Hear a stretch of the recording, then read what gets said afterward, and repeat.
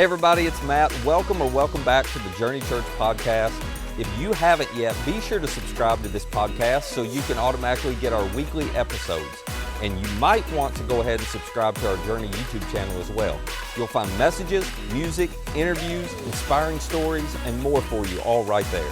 Now, I hope this episode helps you take your next step in following Jesus. One of the things that's true about all of us, and it doesn't matter if you're a follower of Jesus or not, this is just true for everybody. It's true for me, it's true for you. We are all on what I would call a happiness quest in life. We are not on a truth quest. Now, all of us like to say we care about the truth and we want the truth, and that sounds really good. But in reality, if we get a choice between truth and happiness and we can only pick one, we're picking happiness every time. This is just how we are and what we do. We're on happiness quest. We're looking for happiness moments in life. We're making happiness decisions in life. We're spending happiness money. Some of you are really good at that, spending happiness money. I think that'll make me happy. I'm going to buy it. We're trying to pursue happiness relationships. We're taking happiness vacations and going on happiness adventures. I mean, so much, we don't think of it this way, but so many of the decisions and things we do in life are driven by, I think that'll make me happy, so I'm going to do it. And I'm not bringing that up because it's a problem to be solved. There's nothing wrong with that. However, if you have lived life long enough, you know that in your pursuit of happiness, eventually life throws enough disappointment and discontentment your way that what at one point made you happy is now making you unhappy. In other words, your chasing after happiness just stops working to some extent eventually. And it gets really frustrating. Part of the thing that creates some of that frustration, I think, is as you get older, the routine or the monotony, the mundane elements of life start to catch up with you. Now, when you're really young, there's so many new things coming that you don't feel this very much. But as you start to get older, what happens?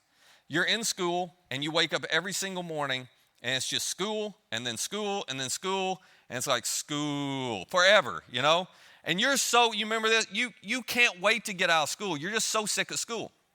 And you're certain the minute you can get out of school, you're going to be happier. So you get out of school and you get a job and you're really pumped for about 3 days. And then you realize, maybe school wasn't so bad. Because every morning you wake up, it's job. Every single day, job. It just on and on and on. And you're like, oh my gosh, I don't know what I'm going to do. Because they're telling you, hey, congratulations. This is for the next 45 years of your life. Job, So you're trying to figure out, well, what do I do to be happy then? And some of you, not everybody, but some of you, eventually, as you're in the middle of trying to figure that out, you realize, I know what'll make me happy again. I'm going to get married. And that's amazing, for about 6 months. You're not supposed to laugh if you're by your spouse. I hope that was single people laughing. Because eventually you start waking up every morning and it's like, I'm married again today. And I've got a job again today. And some of you weren't real smart. I'm one of those and thought, the way they'll fix all this is to have some kids. And that only takes about 2 nights and you're like, oh no. Am I going to only get an hour and a half of sleep for the rest of my life? And it's like kids, every single, you wake up every morning, it's kids and then job and then kids. And you're like, I am married too. I forgot about that. It can get rough. Now, if you're in high school, you don't know what I'm talking about yet, but you're going to get there. I'm sorry. That's the depressing part of the message. But I'll tell you what happens for all of us. What happens for all of us is in this routine, in this cycle of, oh my gosh, I'm doing it again. Oh, it's so boring. It's so mundane. It's the same thing over and over. In this cycle, there is a question that always surfaces for us. This is true for all human beings.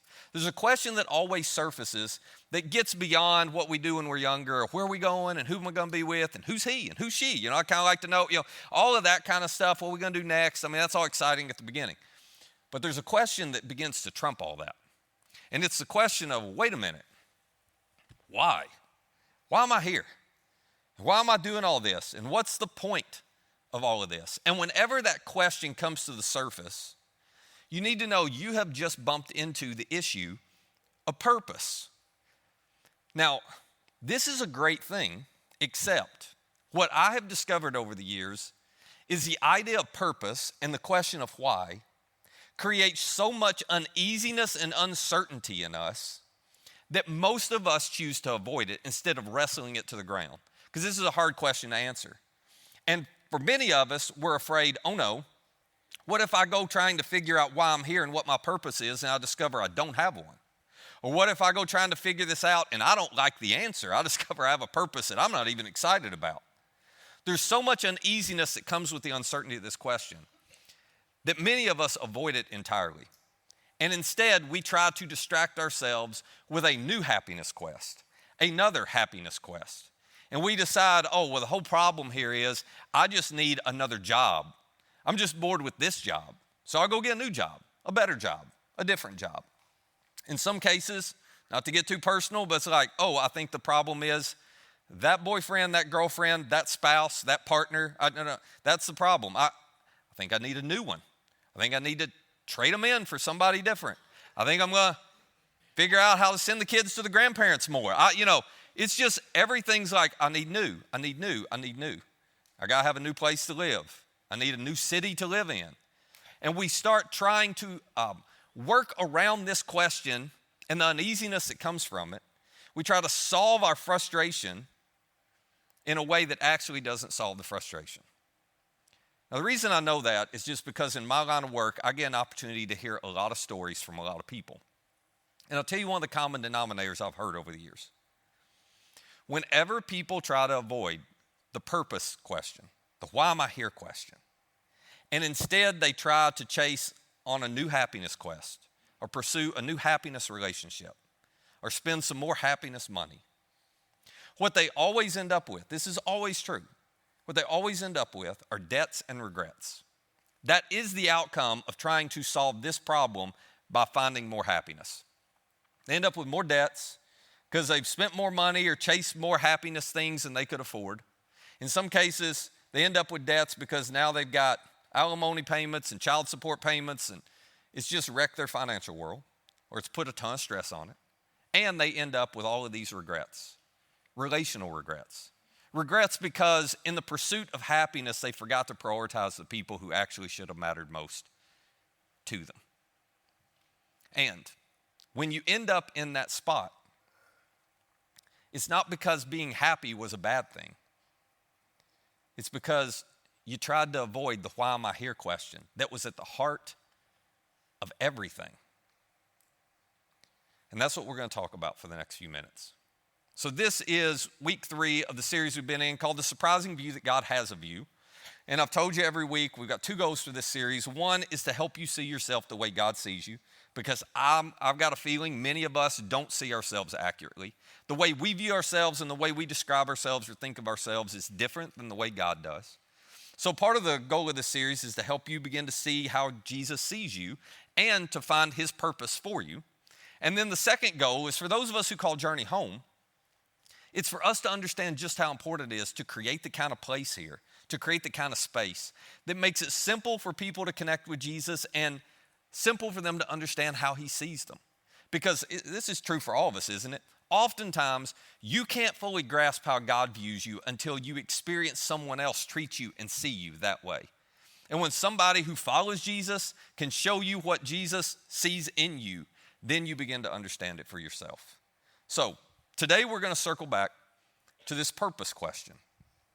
Jesus had a lot to say about this. He actually had a collection of famous teachings that you probably have heard of if you know much about the accounts of his life. You've heard them referred to as the Sermon on the Mount, but it's a collection of teachings that Jesus would often teach to different groups of people wherever he traveled.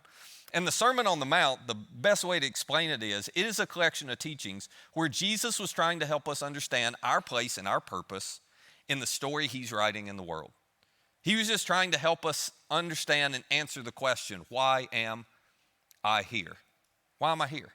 And he does that throughout the entire teaching. I'm going to show you just a little bit of it today. But it's a little section of the teaching where Jesus was so clear about, this is how I see you. This is how I want you to see yourself. So here's how he starts. He begins by saying, you are the light of the world. Now, you have to understand, he is teaching this to a group of Jewish people who are everyday, ordinary, no extraordinary influence kind of people. These are a group of people who, when you looked at them, you would thought, okay, well, they're not special. I mean, they don't have any political influence. They don't really have any financial influence. These are just common, everyday Jewish men and women. And no doubt when they heard him say this, that you are the light of the world, their first thought was probably, well, wait a minute, Jesus. We've heard you say, I am the light of the world. In other words, Jesus, you've identified yourself as the light of the world, which makes sense to us if you're showing up to, kind of put a light on things and show us the way to live and how to, align with God's design for our lives and how to have a relationship with him. Okay, well, that makes sense, but we're not the light of the world. And Jesus was going, yes, you are. I'm the light of the world, and you're the light of the world too. You're the light of the world if you follow me, because now you represent me. Because now the light that I bring is in you, is with you. It's your responsibility now as much as it is mine. And I'm telling you, when they heard this, they would have thought, this is crazy, because we're nobodies. Jesus, if you want to find somebody who's the light of the world, maybe you should go to Rome. Emperor Tiberius is over there, and he and those Roman elites, they seem to have it going on.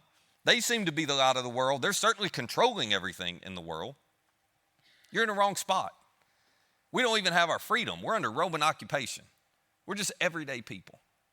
And I think we can relate to that sentiment, can't we? I mean, the easiest way to think about this is use your imagination. Let's say that tomorrow I show up where you work or I show up where you go to school. Imagine if I walked up to you and said, hey, Eric, what are you doing here? I just came to remind you, you're the light of this place, so don't forget that. You would think to yourself, and some of you know me well enough, you would actually say to me, you're an idiot, Matt.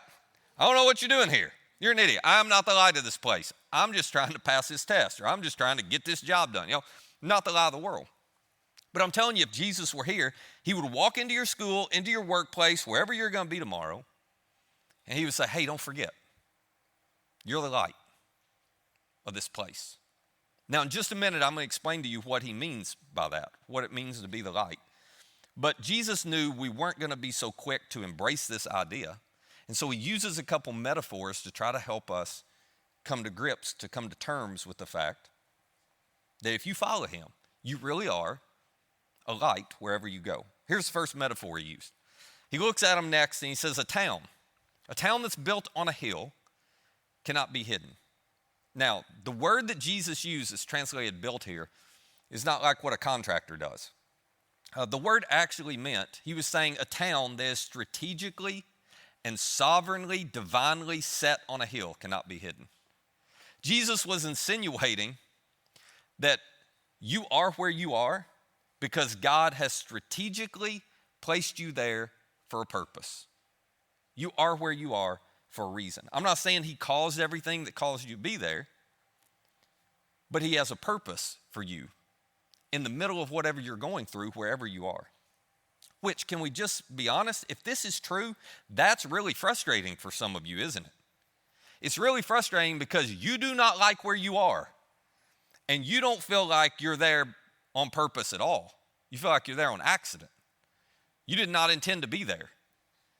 You ended up at Murray State because your parents said, that is the best school that will accept you. You're going there. And now you have 3 roommates driving you crazy who won't clean up the dishes after themselves. And you hate every bit of it. And you're like, I can't wait to get out of here. And Jesus would walk in and say, no. There's actually a purpose for you being here. And it would frustrate you to death. Some of you graduated college and you had a whole career plan, and you know who you are, the ones that plan everything out. You knew exactly how it was all going to go, and nothing has gone that way. And I know nothing has gone that way because, well, you're in Murray, and that was not part of your plan. It's a great town, but you were not planning on being here, and now you're here working a job you don't really want to work, doing something you don't even enjoy doing, and it's frustrating you to death. And so it would rub you the wrong way to see Jesus show up, go, hey, actually, you've been strategically and divinely put right here for a reason. But this is what he's communicating, that you are the light of the world, and you are where you are for a very specific reason. God has a purpose in the middle of whatever you're doing right now. And if you miss that, then you will miss your opportunity to bring light to a place that needs light. Which is why he gives us a second metaphor. He goes on, he says, neither do people light a lamp and put it under a bowl. Instead, they put it on a stand that gives light to everyone in the house. Now, you know the purpose of light. I don't have to explain this to you. The purpose of light is never to draw attention to itself. You go home and you flip a light on because the purpose of light is to bring attention to all the other things around it. Light shows off something or someone. You have never once, I'm pretty certain, you have never once turned on a light and just spent the next hour staring at that light going, that's amazing. You don't do that. Now, some of you have seen light fixtures that you thought were amazing, but that wasn't the light. The light was illuminating the fixture, or the light was illuminating what was in the room, or the light was illuminating the person in the room. That is the whole purpose of light. A light that brought attention to itself would not make any sense. No, the whole purpose of light is to shine light, to illuminate the things around it. And if you ever saw a light that was covered up, you'd go, that makes no sense at all. There's no value to that light if it's not illuminating what's around it. And that was Jesus' point. When we fight so hard to avoid the purpose that God has for why we are where we are, it's like we're covering up the light. We're missing the whole point of why we are where we are, doing what he called us to do. And so he takes these two metaphors, these two principles of, okay, you've been placed where you are for a purpose, and your job there is to shine a light. He takes those two ideas and he explains what it means for you to be, for me to be, the light of the world. He goes on and he says, in the same way, let your light shine before others, that they may see your good deeds and glorify your Father in heaven. Now, this word see is important, because what Jesus is saying is shining your light, being a light, is an external thing, not an internal thing. Let me explain what I mean by that. If you have a moment during the week where you're just so frustrated, or you feel so disconnected, or you're trying to get guidance and you just don't know what to do, you're anxious, and you decide, I'll tell you what, I'm going to sit down and I'm going to open up my Bible. I'm going to turn everything off, just open up my Bible and I'm going to read. Or I'm going to pray for a minute. And you have this moment, it just makes you feel better, and maybe you feel a sense, okay, I think I know what I'm supposed to do right now. That is wonderful. But you are not being a light in that moment. That is entirely internal. Or if you have one of those moments where you're like, oh, this was such a hard day, I just need some inspiration. And I cannot remember the name of that song they sang at church for anything, but golly, I would like to hear that. And at first you're like, do they make Christian radio? I don't know. I'll go to Spotify, And you start searching, or you go to YouTube and you find it and you play that thing and it just makes you feel so much better. Wonderful. Happy for you. That is not being a light. And as much as I hate to admit it, when you show up here on Sunday and you sit down and you listen to me for 30 minutes, hopefully it's helpful to you. That's certainly the goal. You are not being a light during this time. Because everything that's happening in those moments is happening internally. Lights are external. They're never internal. So what Jesus is trying to help us understand is if you follow him, you have been placed where you are for a very specific purpose. To let your light shine in such a way that people see your good deeds. And it puts the spotlight not on you, because lights don't attract attention to themselves. It puts the spotlight on your Father in heaven. Or to say it another way, when God looks at you and where you are right now and what you're doing in your life and in your world, God sees you differently than you see yourself.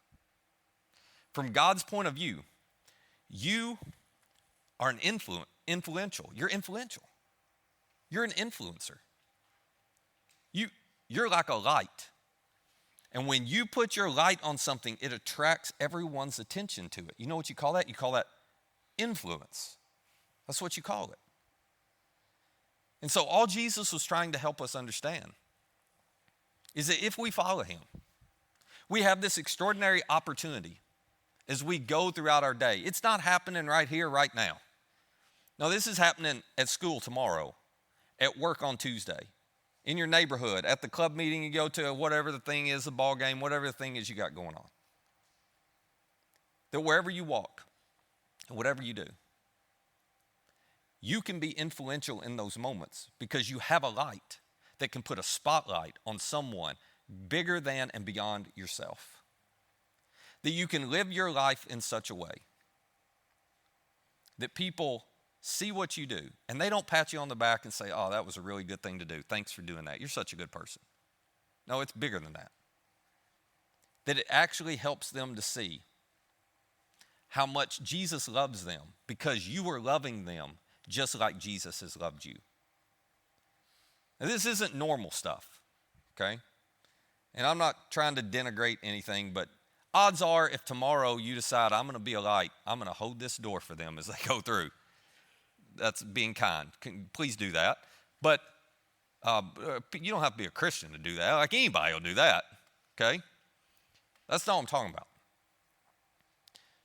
We're talking about the kind of good deeds that only Jesus followers would do. We're talking about when you see somebody hurting and you go the extra mile to care for them. And the extra mile is a mile where everybody else is like, I can't believe they're giving them that much time. I can't believe they're listening for that long. I can't believe they're showing up and going the extra mile to help in this way. That's what it looks like to let your light shine. It's when you care for that person and listen to that person that nobody wants to listen to because if they start, well, set your clock. It's 2.5 hours before they're done. You know what I'm talking about? So no, everybody avoids them. But you're going to love them. It's when you see somebody who needs encouragement and you go above and beyond to try to provide it. It's when you see somebody who needs care and you do things that quite honestly don't make sense or reasonable to do just to make sure they're cared for. It's when you give and you serve and you love, not like normal people. It's when you push yourself to the side and you say, no, I'm going to make serving who I am, not just what I do every now and then. I'm going to make serving who I am. I'm always looking for ways to serve somebody else, even if it costs me. I'm going to be the kind of person that makes generosity a priority. I'm just going to pick a percentage of my money, and the first thing I'm going to do with that percentage is give it to help other people, not myself. Now, that's unusual. Americans don't do that. You know what we Americans do. We give spontaneously. We give when there's a need and a really good Sarah McLachlan song. Then we're like, oh, okay, I guess I should send them $5. You know, that Americans are real quick to be like, oh, I don't have any, I can't help you right now. I don't have enough money, but I'll pray for you. That's what Americans do. No. When people see you being intentional with your money to give it away to help somebody else, and you do that consistently, now that'll get somebody's attention. That doesn't make sense to them. When you love people that they know that person wouldn't do the same back to them. Okay, now that gets somebody's attention. This isn't everyday normal American kind of stuff. When Jesus said, let your light shine so they'll see your good deeds, he was saying, I want you to let your light shine by loving people the exact same way I love you, by caring for people the same way I care for you, by serving people the same way I serve you, by giving to people like I gave to you. So, if you're a Jesus follower, here's what I would invite you to do. What if this week you actually pay attention to the opportunities to let your light shine? You actually pay attention to the opportunities to partner with God and serve somebody that way, love somebody that way, give to somebody that way. What if you look for the opportunities to push yourself to the side and to do what normal, rational people would not do, to go the extra mile? You'll let your light shine right where you are. And that light will not draw attention to you. You will be putting a spotlight on your Heavenly Father and the love He has shown you that you're now demonstrating in return to others. What if that's why you are where you are? Because there's somebody who needs a light. And you may not even know it. You may not see it. But by being a light, you just might change everything for them. Now, if you're not a follower of Jesus, listen. When Jesus said, I'm the light, this is exactly what he meant. He's saying, I came to be the light and I came to be the way. I came to show you who God is and what he's like, and to make it as simple for you as possible to connect with him. That's what Jesus' death and resurrection was all about. And for you, you don't have a light to share in the way we're talking about until you first experience the love, grace, and forgiveness of Jesus for yourself. You got to know the light to share the light. But the beauty is we all get it the same way. There's no way to earn it. It's just telling Jesus, I'm ready for it. I want to follow you. I need your forgiveness. I need your light. And he promises to give it freely. And then you can be like all of us who are not any better than you. The only difference is when we begin following Jesus, we get a gift from Jesus that I have alluded to today. He says, I promise to put my spirit inside of you. And now I'm going to empower you and enable you to love people like I love you. You can't do it on your own. And I'm going to empower you to serve people like I've served you. You can't do that on your own. I'm going to empower you to give to people like I give to you. Because you can't do it on your own. But his spirit helps us to be the light. So, if you follow Jesus, you're the light of your workplace, your school, your team, your club, your neighborhood. So this week, let your light shine in such a way that they see your good deeds, and it just puts a spotlight on your Father in heaven. Let me pray for us. Father, would you help us to be aware, because we're just so busy and we're so caught up in ourselves. So make us aware this week. Help us to be aware of the purpose you have for why we are where we are. And for some of us, it's frustrating because we don't want to be where we are. But in spite of that, help us to look for where you're at work and how you want to work through us in the middle of that situation. And then help us to be the light. Not like normal American light, but help us to love people the way you love us. And we need your Spirit's help to do that. So make us aware, help us pay attention. And when we're scared to do it or we're trying to talk ourselves out of it, help us to take the opportunity anyway and to go the extra mile for someone this week. That's in your name we pray. Amen. Hey, if you'd like more content like this, subscribe to our YouTube channel and download our Journey app to access all of our recent message content. And our app is the easiest way to share this content with a friend. For more information on our church or to find our app or our YouTube channel, just visit journeycalway.com. That's journeycalway.com. Thanks for listening.